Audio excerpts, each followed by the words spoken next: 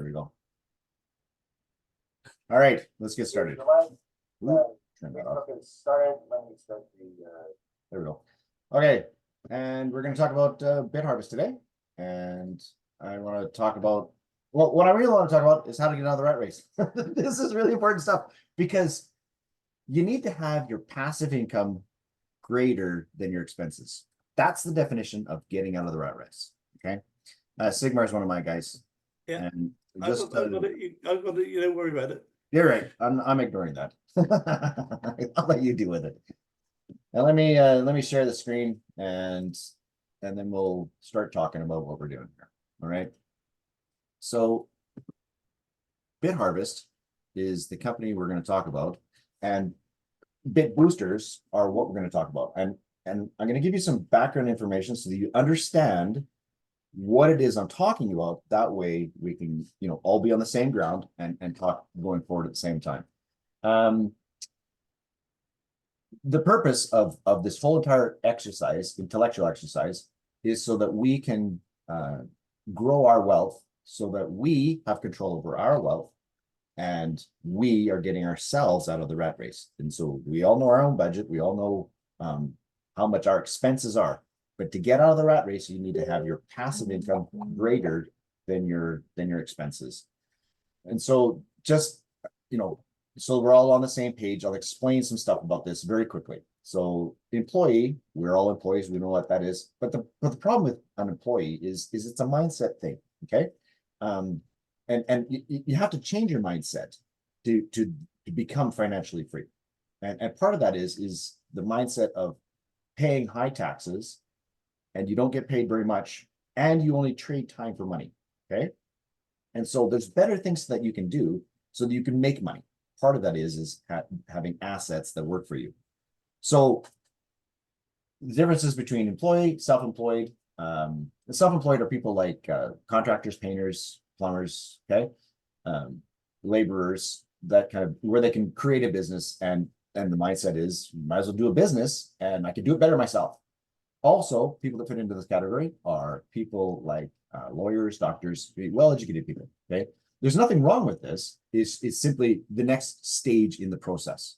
Okay, and they pay less taxes and they make more income, and they also kind of are on the process of understanding how to make your assets work for you.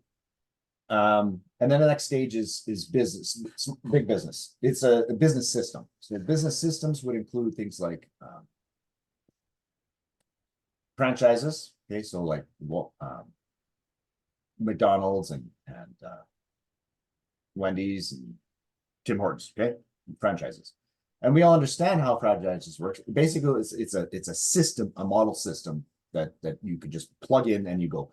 To buy a franchise, though, it's like hundreds of thousands of dollars to buy a franchise, but you're still buying a job, kind of, because even though you're taking the efforts of 100 people, 1% of their efforts to combine for your own, even though you're doing that, it's still kind of buying a job.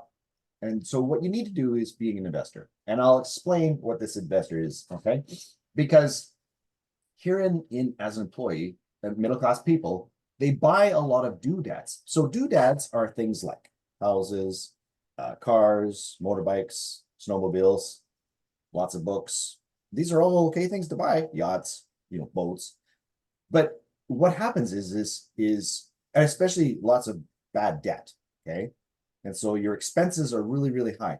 The bank, something that you think that you own, think that is adding value to your life, the bank refers to these items as assets. And the reason why the bank refers to them as assets is because they are making money off of those items every day. This is the important thing, is for you to learn what an asset is, because an asset actually makes you money. A debit, a doodad, other things don't make you money. They cost you money on a monthly basis. And this is the important thing here. Is, for example, if you have a house that you own, okay, or even if you're renting out and you decide to rent out a room or rent out the basement or something, or create an Airbnb as an example. Now that you've converted it into an asset, it's now making money for you. That's what I mean by assets. Assets make you money. So let's go on. What is passive income? Okay. Passive income, like I just said, is having your assets, your passive income is greater than your expenses. Okay. And at the end of it, you're learning how to understand and read a balance sheet so that your assets are making you more money than your expenses. And once that happens, you're then out of the rat race. Okay. So as your passive income grows, your expenses are here. Okay. And as that grows, you are then at a point where you become job optional, where you can go, okay, what do I need to have coming into my house every month so that my expenses are paid for? Let's say you have an accident and you have a head injury 8 years ago and something happens and you have an accident, and from that day on, you can no longer make money as an employee, because employees don't want to, bosses don't want employees who come into work and they've got a headache and they can't work on the computer. So it doesn't work. And so what happens if your work, what you're doing is not covering you? How long will it take before you are in financial problems? This is why you need to grow your passive income, is so that if something happens, you are still in the black. Okay. So let's look at Bitcoin as an example. Okay. Bitcoin is the best asset to own. Now, here is an interesting question. So US, China, UK, Ukraine, Salvador, these are all countries that own Bitcoin. Why are countries buying Bitcoin? Okay. Why are people buying Bitcoin? Why are banks buying Bitcoin? Why are big companies buying Bitcoin? Why are all those big companies and governments and banks buying Bitcoin, acquiring Bitcoin, and telling us that it's a bad thing? Why? Okay. I would tell you that part of the reason why is because they want to control the industry. They want to be able to control the asset. They want to be able to use the asset. And the more you hold, the more you own, the more control you have. Okay. As an example, USA, that's a lot of Bitcoin that they own. Lots of it has been stolen from other people. Okay. So this is an important thing. We're going to talk about Bitcoin as an asset. Okay. What makes Bitcoin the best asset ever? It's the best place to store your wealth. And here's a few reasons why. 8 of the past 11 years, Bitcoin has been the top performer in every asset class. Lots of different asset classes here, lots of different asset stuff going on. Okay. Gold is an example. Okay. Over the past 11 years, 8 of the past 11 years, Bitcoin has outperformed them all. This is another reason why people want to grow Bitcoin. Okay. What else makes Bitcoin important? Why is it the best asset in the world? Is because over time, the price goes up. Yes, there are times when the price will go down, and that's perfectly okay, because you're holding the asset. You're acquiring more of it, and you're holding on to it. And so over time, as you hold on to it, let's say you bought it at $20 here, it's now significantly more over here. Okay. Bitcoin is the best asset to hold for a few reasons. Okay. Experts are telling us, Robert Kiyosaki, Kathy Woods, that we need to hold Bitcoin. We need to grow it. We need to own it. We need to earn it. Okay. They're telling us these things. Experts. I'm not an expert. I'm just an IT guy. Okay. Here's another thing about Bitcoin. In the market cap, Wendell said this, and I was really impressed. It's like over the past 8 years, Bitcoin has only been in existence for 10 years. Okay. It's only been in existence. And in that time frame, it's now reached 10th in the market cap. If you don't understand market cap, well, I'll let you look that up yourself. Gold we've had for thousands of years. Bitcoin is like gold, but it's better. It's way better. I'll explain why. Okay. Well, I am explaining why. As I continue, okay? Here are some reasons why Bitcoin is the best thing. It's because it's like gold, because it's scarce. There's only a finite amount of Bitcoin that can ever be produced. What happens is every 4 years, Bitcoin, the amount of Bitcoin that is produced is cut in half. Okay, every 4 years it's cut in half. This means that it's scarce. It also means that the supply and demand, the demand for it goes up, the supply of it goes down, and more people hold on to it. The supply goes up, and the demand goes down. Here's another thing of interest. Okay, how your banking works. Your bank, this is your bank here in the center, and you put money in the bank, and the bank then loans out that money and makes for every $100, for every $1 makes $100. Okay, but if you want to send it to your friend, you have to go through the bank. The bank fee, has a fee, and they have all sorts of stuff, and you can only send so much. And you have to be friends with the bank manager, and you have to wait for the sky to turn purple that day before they'll send your money. Okay, so there's problems with the current banking system that we have. Of course, the banks want to make money. That's what they want. Okay, they're not our friends. This is how Bitcoin system works. Okay, so it's a direct connection from every computer on the system to every computer on the system. And so you can't create Bitcoin on its own.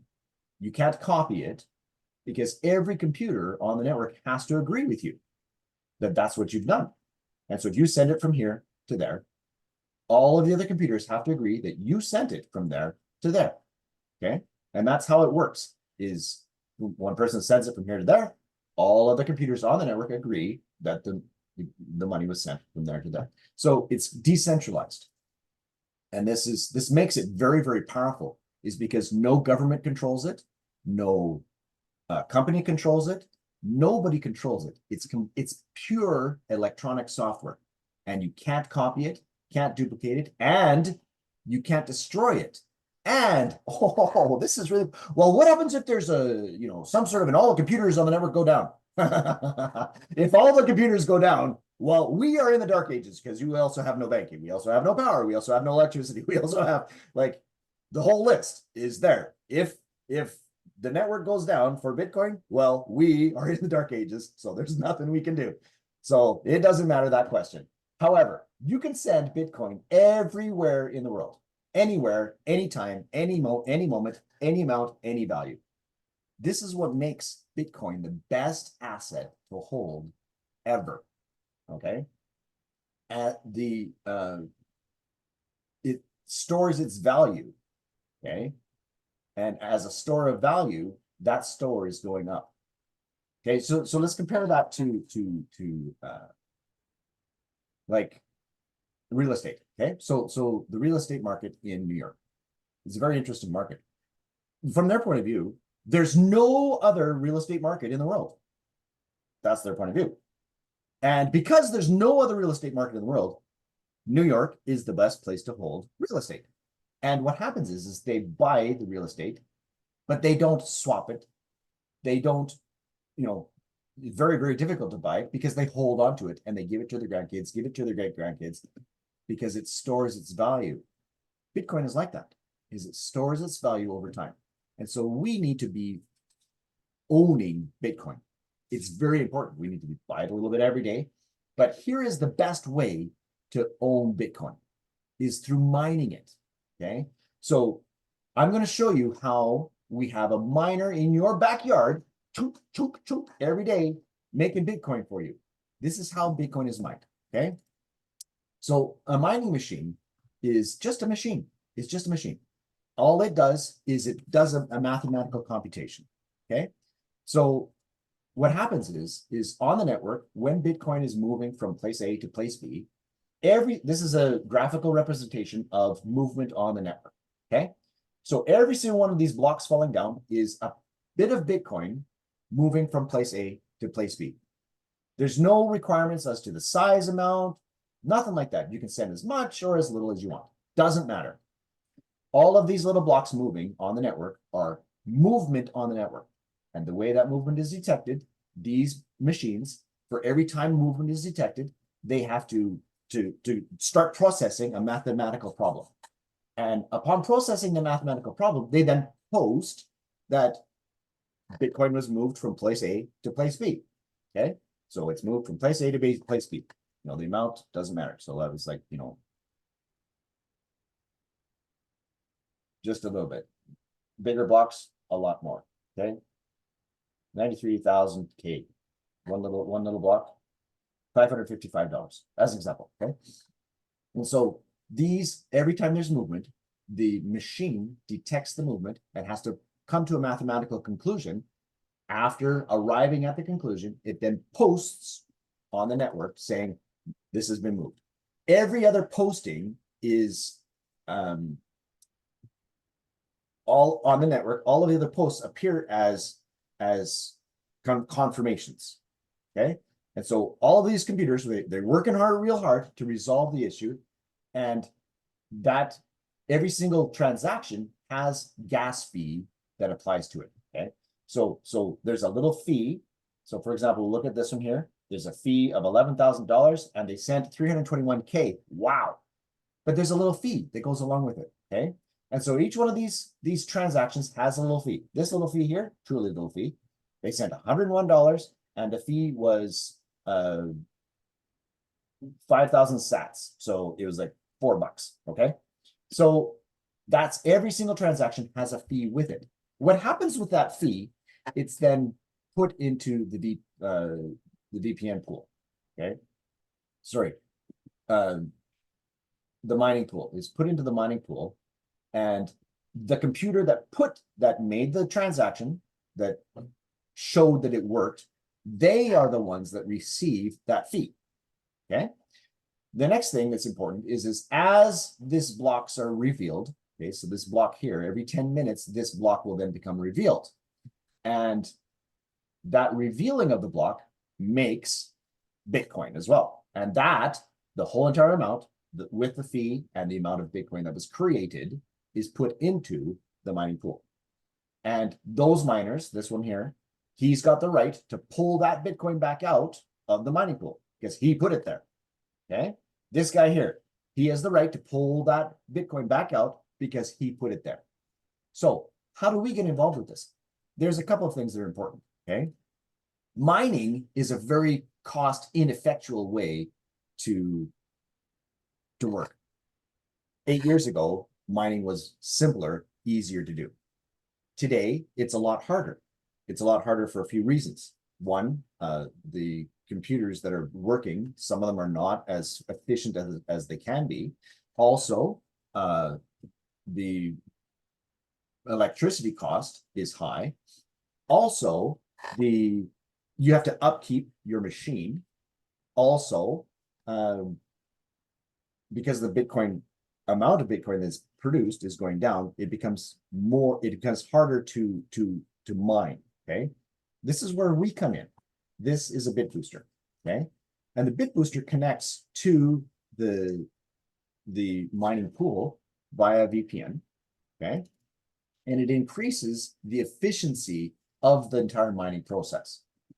So you got a regular miner, and he plunks away at the problem that exists. And one thing that occurred is some of these problems that the miner is working on aren't actually problems. He detects movement, but it doesn't come to a resolution at the end. And so this is how the bit booster comes in. It takes the information and it looks on the network and it filters the information. And so by filtering the information, it provides to the miner more efficiently, process this job first, process this job next, process this job next, process this job next. And it gives these jobs in ease of use to the mining machine. So that, for example, if I call it fruit, process the apple job first, then process the banana job, then process the orange job, then process the pineapple job. Okay, and the pineapple one is the hardest one because you gotta get into it with a knife, as an example. Okay, it's the same on the network. These jobs have easy jobs and harder jobs to do, and so the booster becomes the brains behind the operation, and it makes it so the efficiency improves. By making the efficiency improve, it makes it so that the miner he becomes more efficient because it reduces his electricity costs and he's producing more Bitcoin at the same time. Okay. So here's just some booster specs for you. You can have a look at. These are all fun to read. Most people, this is way beyond their technical ability. So I will just go on because there's no point. Okay. So the boosters connect to the mining machine via a VPN. Okay. So they're the brains behind the operation. This is the workhorse. And off it goes. Chunk, chunk, chunk, chunk, chunk, all day long, making Bitcoin for us. Okay. So in the past 4 or 5 months, we have produced about more than 100 Bitcoins. Okay. As of June 26th, we have produced 100 Bitcoins. And when we started on the 6th of March, we didn't make very many Bitcoins. We didn't make very much. But as we are coming online and having more boosters involved, we were making more and more and more and more. And so we've made 100 Bitcoins since then. Subsequent to that, we've made more. But at that point, on June 26th, we had made 100 Bitcoin. And what happens is 60% of it, so 60, went back to the boosters and back to the mining corporations. Okay. 10%, so 10 went to the mining to our company, BitHarvest, and they're the kind of intermediary between us. And 30%, 30, go back to us, the booster owners. Okay. And so some people go, well, why would the mining companies want to even, why would they use us? Why don't they just buy the boosters themselves? That's a really good question. The reason why is because they've already dished out $10,000 for a mining rig. Okay. So they dished out $10,000 for a mining rig that produces about $5 a day. But they still have electricity costs. They still have upgrade costs. They still have all these costs that occur as a result of, electronics, time, things deteriorate over time. And so they go, so if we sign a contract with you and we will share the amount of Bitcoin that is created as a result of this contract with you. And we go, yeah. And we will share back 60% of all the Bitcoin that is made. And they go, at no extra cost, I can have my operation improved. Yeah, I'll take that on. And that's exactly what happened. Is we've got 3 mining companies that we have contracts with now. One mining company is in Texas mining farms. The other one is in Ethiopia. And I don't know where the third one is. But what happened is one of these companies, they're talking to our CEO, Logan Lee, on the floor at the expo in technical expo in Dubai a couple of months ago. And so he's on the floor talking to people, showing our new technology and talking to people. And they come by and they go, hey, well, tell me all about this. And they practically signed a contract on the spot. So that's how we got our second one. Okay. And they're going, yeah, I'll jump on that anytime. No problem. Here's the output that we've got from the Bitcoin that we've produced over the past 4 months. Okay. So we've talked about the importance of what Bitcoin is and that you need to acquire Bitcoin as much as you possibly can. So let's compare owning 1 Bitcoin to buying 70 boosters. Okay. So if you have 1 Bitcoin, as an example, you can have as much as you want, but 1 Bitcoin. The only thing that is happening by you holding on to it is it goes up in value over time, which is great. That's super awesome. So, 10 years ago, the 1 Bitcoin was significantly, $20,000. Today, it's $60,000, $70,000. A year from now, $100,000. 5 years from now, $1 million. Okay, that's just where it's going. So if you just hold on to Bitcoin, at the end of the year, your 1 Bitcoin, you'll still have 1 Bitcoin. But if you buy 70 boosters, as an example, at the end of the year, you will have 70 boosters working for you. Chunk, chunk, chunk, chunk, chunk. Every day they're mining Bitcoin. And you will have earned at the end of the year 1.823 Bitcoins. So at the end of next year, what do you have? You still have 70 boosters working for you. And you make it another 1.823 Bitcoins. At the end of year 3, you have how many boosters working for you? 70. And you've got another 1.823 Bitcoins. At the end of year 4, how many boosters do you have working for you? 70. And you've got 1.823, another 1.823 Bitcoins. Do you see what I'm doing here? is you've got a machine working for you, mining Bitcoin every single day, and it makes you Bitcoin. And so at the end of the year, you are much better off owning 70 boosters with that one Bitcoin, and it works for you. What you do with this Bitcoin, well, I would encourage you to buy some more boosters because it just makes you more money. But hold on to your Bitcoin, grow it. Okay.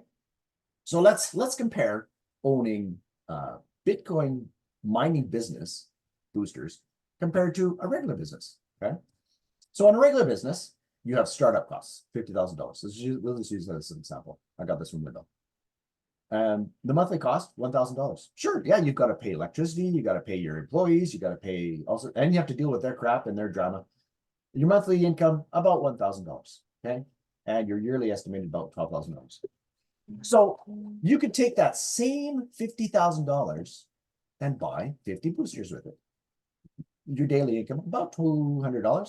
Your monthly, about $6,000. Your yearly, about $72,000. I'm going, holy crap.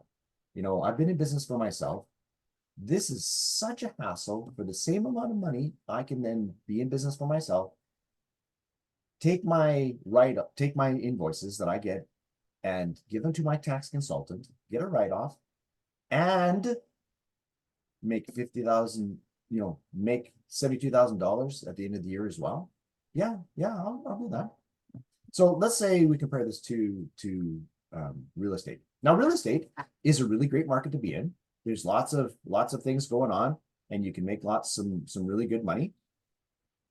And but there are problems with real estate. Okay. One problem with real estate is, well, let's just look at some stuff before we get to the problems. One property, $100,000. Yeah, that's right. And many people they buy one property, buy another property, and they buy another property, and they use that as a way to have passive income, is by having, you know, 5 or 10 properties. And that's perfectly great idea. Each property, $100,000. Okay. You have to fix it up, you have to advertise, you got weekly, monthly, yearly costs. Now let's say that you're planning on just flipping it, and when you flip it, well, who knows how long it'll take before it actually sells again. So you now have to hold on to that, and it's now a cost, an expense that the bank called an asset that isn't an asset for you yet until it's making money.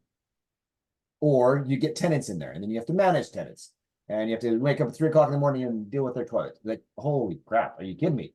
So monthly estimate. This is after all your expenses are paid, $500. Yep, that's about right. So your yearly income, $6,000. Or instead of all of this hassle, just buy some boosters. Same price, 100 boosters for $100,000. Your daily income is $400. Your monthly estimate is $12,000. Your yearly estimate is $144,000. From my perspective, I'm doing Bit Boosters. This is the best company I have ever come across ever. Okay, I'll explain that in a second. But let's talk about, you need to figure out where you're at financially. Okay, what makes a difference in your life today? What amount of money would you be able to have coming into your day to go, you know what? I'm less stressed. Okay, what amount of money? Is 50 cents a day a good number for you? Is $5,000 a good number for you? I don't know what your numbers are. Everybody's fits in here somewhere. Okay, I want to have I started at one share. Okay, 50 cents a day, and I've got up to, you know, a higher amount. I've got actually 2.5 boosters now. Okay, so I'm between about $20 a day. And my goal is to get up to 100 boosters. And so I'm growing my account because of where my finances were when I started, that was what I was able to do. But I have my goal of where I want to be. Some people, when they start their goal, they are in the position right now today, and they can poof, off they go. And that's okay. Some people aren't in that position. They start with where they're at. So start with where you're at. Okay. Another thing that these last few slides I got from Window. Okay. This is a company where if you want to change your income, you want to give yourself a pay raise, how much pay raise do you want to have? You know, it's a simple process. Okay. Let me tell you somewhat about the company itself. why this company is so much better than any other company I've come across. Number one, you don't have to buy Bitcoin boosters every day. There's no requirement for sales. There's no requirement for production. There's none of that. You buy your booster one time. It now works for you virtually indefinitely. You get a 5-year warranty on it. And so within the 5 years, they will guarantee that they will replace it if something happens. So there's no monthly fee. There's no, volume flush fee. There's none of that. That's what makes this company so awesome, is you buy it the one time and it works for you. In here, this is the server room. There are 3 server rooms that I know of, each one housing a lot of boosters. This one here, just as an example, this little tray here holds 20 boosters, okay? And the reason why they've got 3 server rooms that I know of is for disaster recovery. Is that way, if something happens, you're decentralized your office on different sites, and you're good to go. Okay, if something, you have to move stuff from one site to another if something happens. In this server room, it has a couple of thousand boosters easily. Okay, here are some people that you can go to. This is another thing I really like about this company, is if you want to go tour their offices, go ahead. It's a real company with real people. You don't even have to make an appointment. Just go walk in the door. This is what happened to my friend. He's sitting there having lunch, and he looks up across the street. He's in his hotel, and he sees BitHarvest on the door. He's like, "What? What's this?" Walks across the street, walks in, and they tell him all about it. And that's how we got involved. Okay, people come to the office every day. There's office rooms. There's breakout rooms. There's a huge, big convention room in the middle there. There's lots of people that come by. Okay, this is the best company ever. Okay, let me tell you about a little bit about Logan Lee. Okay, he is the CEO, and he has a background in finance, and he used to run a mining farm himself. This is how he actually got involved. He was looking for ways to improve the mining operation that he had. Okay. And he gets in contact with Lenny Herman. Now, Lenny worked on Ethereum when it was produced here in Canada, and it was created. And so he's got a really good understanding of cryptocurrency. And so between these 2 guys, they formed the company back in March and went live back in April. And we can buy boosters as a result of the company that they formed. Okay. And that's the BitHarvest. Logan Lee has been on many interviews with Binance. Binance is an exchange. They're very, very famous. Everybody knows them, and they don't interview schmucks. Okay, he's been on there, interviewed 4 times that I know of, and you can go watch those interviews. They're great. Okay, we won an award at this expo in April. And it was like, holy wow, this is awesome. We won an award for the best technology provider in this industry. Okay, like this is really cool stuff. Here's a little bit about what our footprint is like. We've got lots of stuff going on, different conventions that we're attending. Okay, here is places in the world where people are buying boosters. Now I need to explain this. It doesn't matter where in the world you are. You buy a booster, and it's housed in the main office in Kuala Lumpur, and so you don't have to worry. This is the thing. From my technical point of view, I'm going. I don't have enough ports for the number of boosters that I want. I don't have enough internet speed. I don't have to configure the software. I don't have to configure any of this stuff. I don't have to babysit and troubleshoot people or the machine. It's all housed at the head office.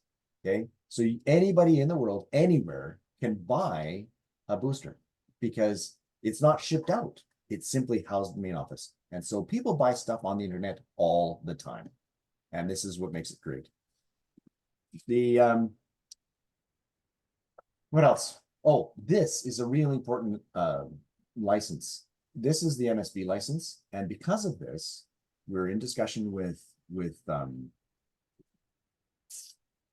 MasterCard right now at the moment, and they're in the process of creating a credit card so that you connect it to your account, and it's another way to withdraw funds. Okay, we can withdraw funds any time you want, not a problem. Okay, the funds you can, the minimum withdrawal of USDT is $10. The minimum withdrawal of Bitcoin is 0.001 Bitcoins. And so you can withdraw anytime you want. I'd encourage you, please do withdraw. That's what we're here for, is to make money. So make sure you do your withdrawals. Compound your account and make your withdrawals. Here's some things that are going on. They've got different conventions will be doing all over the place. Okay. So there are only 500,000 boosters available. Okay, they're being sold out very fast, especially when people buy like 1,000 at a time. I was, wow. If I had that kind of money, I would 100%. Okay, but I didn't have that kind of money, and so I started where I was at. We have 500,000 boosters that are being produced, and will be sold. That's it. We've got the MasterCard that's coming out shortly. We have a token that's connected to our network, like really good token economics. It's called BTH, and it will be converted in the future into a blockchain and its own coin, and then it'll be traded on Binance and other places as well. Okay, so we can, at that time when there's no more boosters to be sold, they will start mining BTH at the same time. So that is super awesome. So second source of income. Okay. We get lots of mining profits from what's going on. I think I've talked about all of these ones already, and so we will go on just briefly. If this isn't a multi-level marketing, and I'll explain why.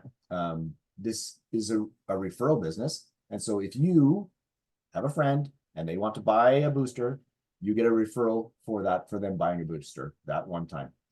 However, as you have more boosters on your team, more people that you talk to, eventually that increases, and it increases what rank you are. And as a result, you get more pay from the boosters themselves, okay, from what they're doing. But the sale of the booster is not, it's a one-time commission to the individual that sold the booster, okay? So that's how that works.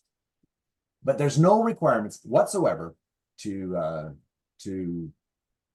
talk to anyone if you don't want to. It's okay, because your booster is what makes you the money. That's where the power is what is the income that I want to have? I need to have X number of boosters. What is the income? And if I can either start at X number, or I can grow my account to X number, but I need to decide how much boosters I need. And from that number, I know what I need to work towards. Okay. And all of the other stuff is simply gravy on top of the cake.